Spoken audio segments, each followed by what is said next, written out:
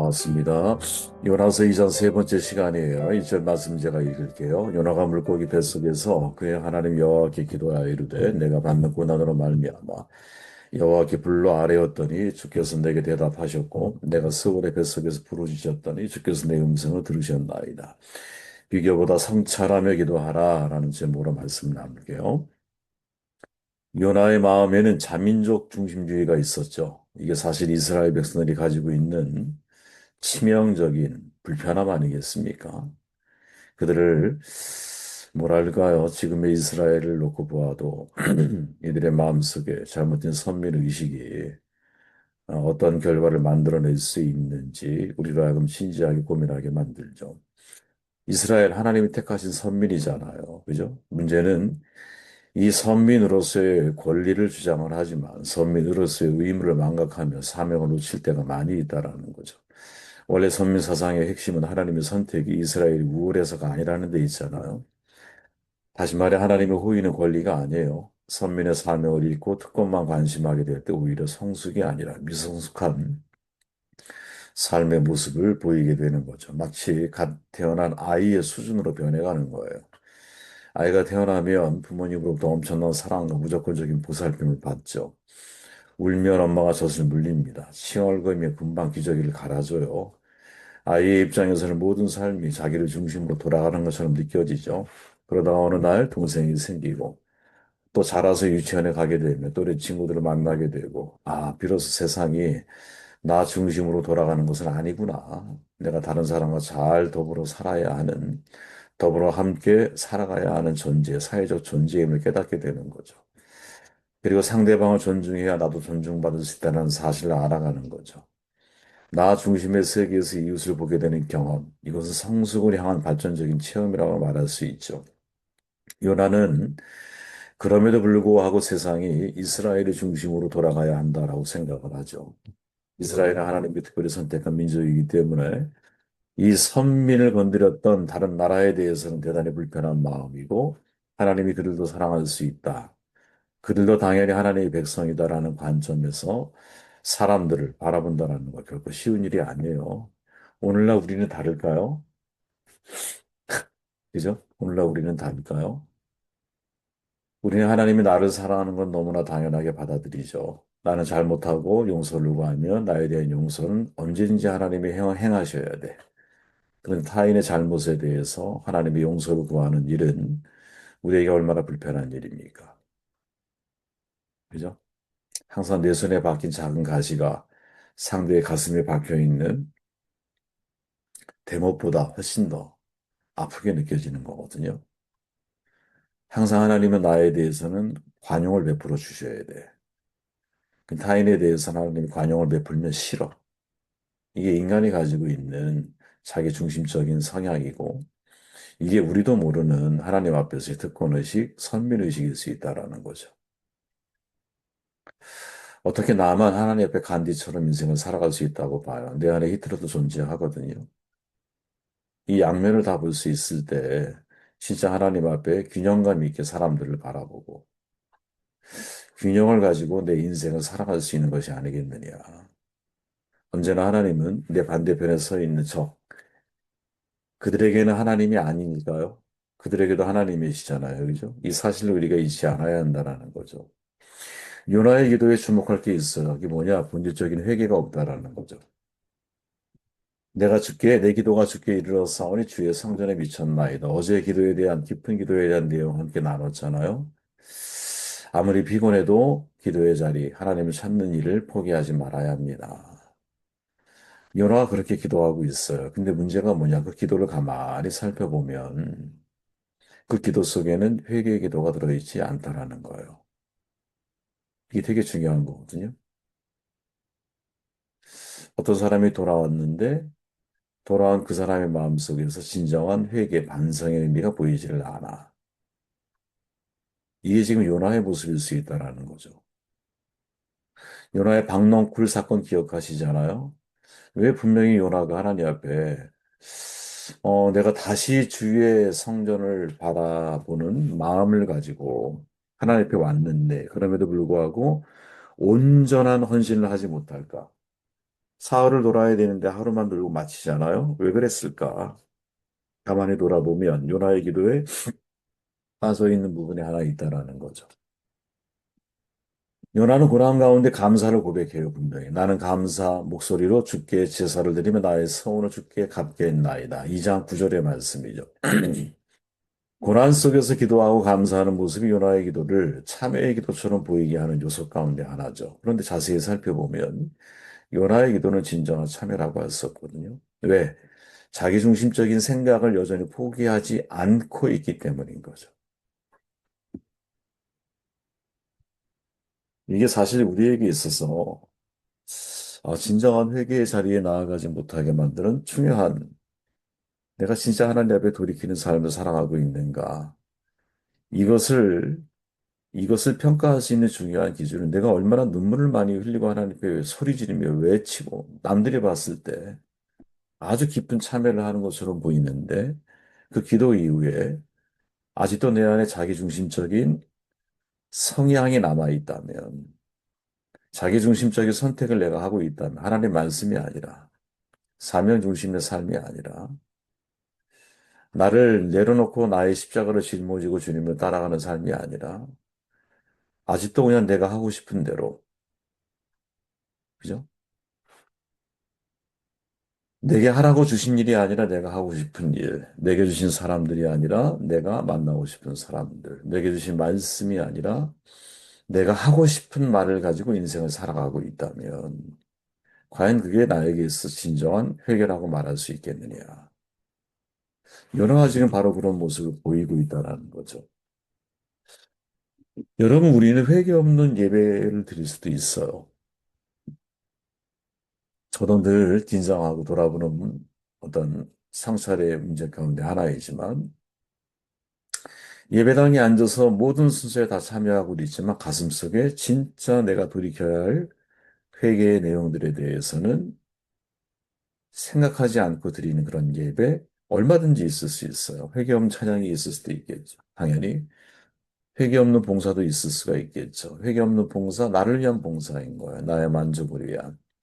구제도 여러분, 자기 자신이 행복하기 위해서 구제하는 사람들 얼마든지 많이 있어요. 자기의 의를 드러내기 위해서 구제하는 사람들 얼마든지 많이 있어요.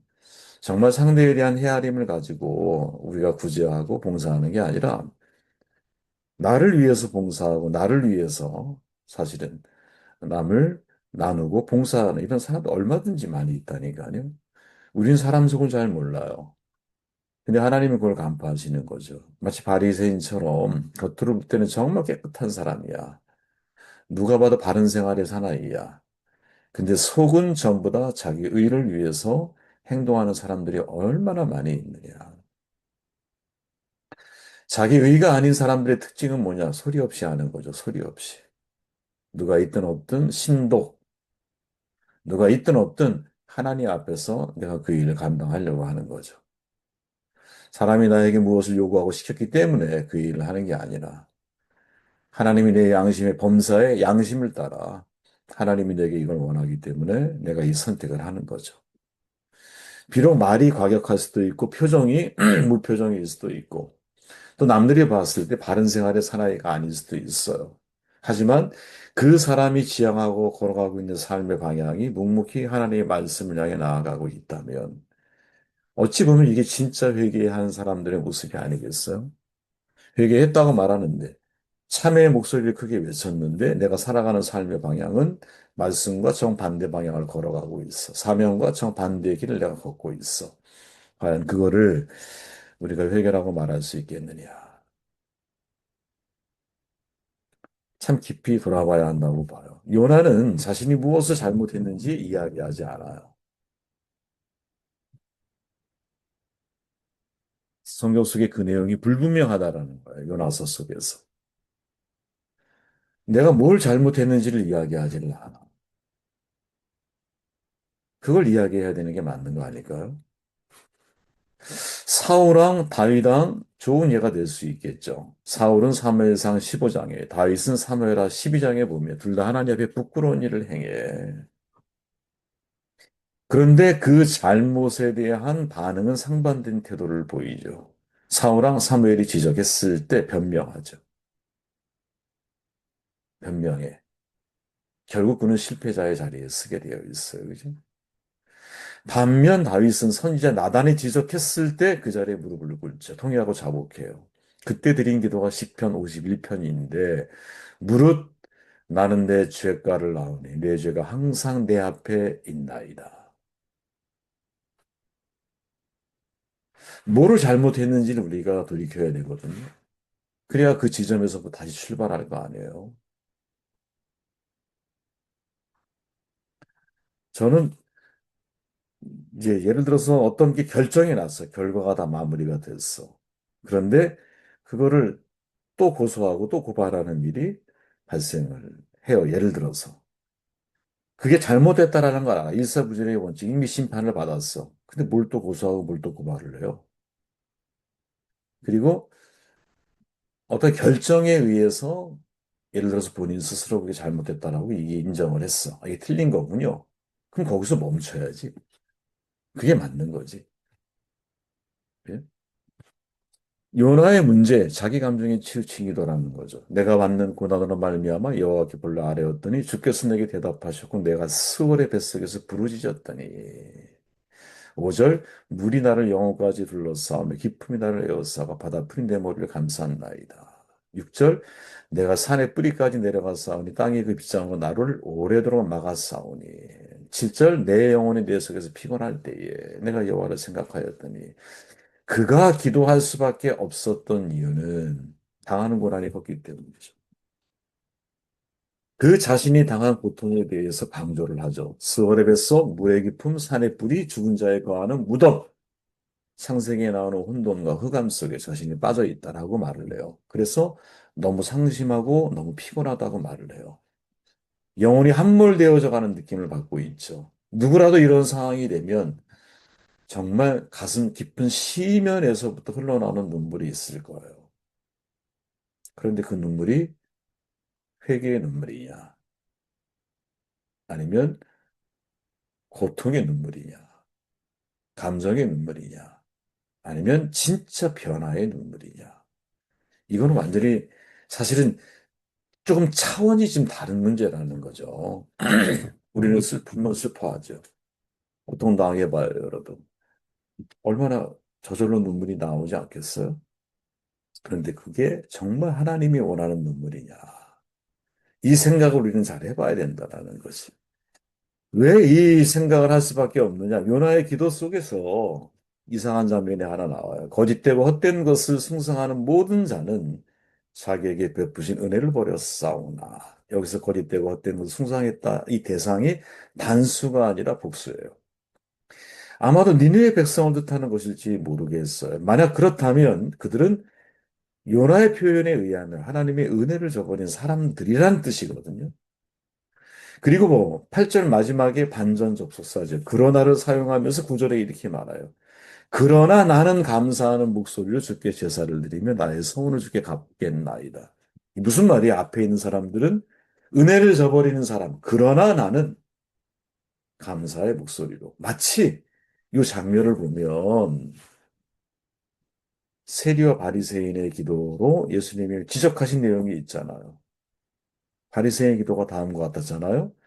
하나님이여 나는 다른 사람들 곧 토색과 불의와 간음을 하는 자들과 같지 아니하고 이 세리와도 같지 아니함을 감사하나이다. 감사가 있죠. 근데 이 감사는 어떤 감사? 다른 사람과의 비교를 통한 감사. 이때의 비교는 어떤 비교? 나는 은혜를 저버린 사람은 아닌 거지. 그죠? 나는 저 은혜를 저버린 사람들과 같지 않은 거지. 물론 요나의 마음을 어디까지 우리가 깊이 이해할 수 있을까? 이런 질문을 던져보면 요나 선생님한테 죄송하지만 누구라도 그런 상황이 되면 힘들고 괴로울 거예요. 그리고 정말 절망적인 눈물을 흘리게 될 거예요. 아무것도 안 보이니까 하나님만 바라볼 수밖에 없는 거예요. 정말 절절히 하나님 앞에 부르짖고 하나님의 구원을, 하나님의 은혜를 사모하는 마음이었을 거예요. 누구라도 그랬을 거예요. 그런데 그가 물고기 뱃속에서 나온 이후에 니느웨에서 행한 행동들을 놓고 보면, 이게 절반의 사명 감당일 수 있겠구나. 정확히 말하면 3일 돌아야 했는데 하루만 했으니 하루도 아니죠. 그러면 3분의 1의 헌신이 요나에게는 있는 거죠. 그 이유가 뭘까? 어찌 보면 그는 절반의 회개만 한 것이 아니겠나. 네, 표현이 좀 그래요. 그죠? 회개도 절반이 있을 수 있을까? 이때 절반의 회개라고 하는 그런 거죠. 내가 하나님 앞에 순종하는 것도 있지만, 아직도 내 안에, 아, 자기의 생각, 그죠? 불편한 마음.